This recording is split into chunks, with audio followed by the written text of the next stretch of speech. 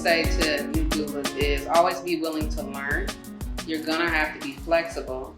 And even what you learn, you're gonna have to bend, because you have to use practical knowledge in order to be successful, right?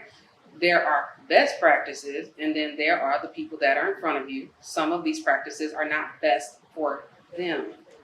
So you need, one, the willingness to continue to study. You should always be involved in learning more. You need your community, but there is just so much more doula can do if she understands the relationship from a physiology standpoint, understands the relationship in the body from a hormonal standpoint, understands the endocrine, because there are a lot of things that come out of labor and delivery. It's not just the birth. It can be a mood disorder. It can be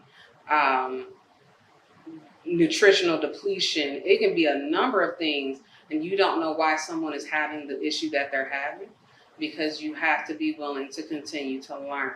It is one body. It is one system, so it is all connected. So you can never stop learning, because new information, new evidence, new science is always going to be out there.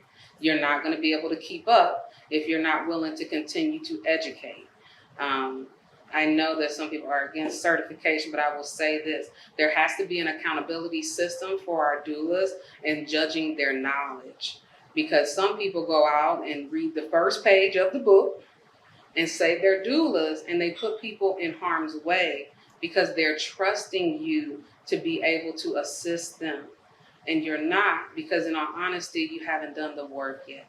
This is an ongoing, if the community that you're serving is going into be served by a community that also constantly educates themselves and changes their practices, you have to be willing to also constantly educate.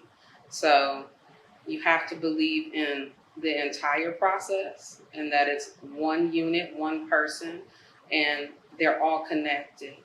So you don't get to like skip a part. And if that's too much, we understand.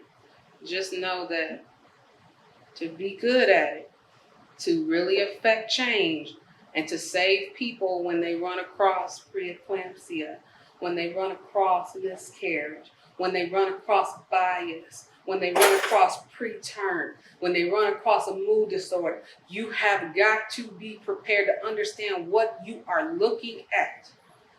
If you don't, somebody else is going to fall through the cracks. And it doesn't mean you have to know what to do. You just have to know that there is something that needs to be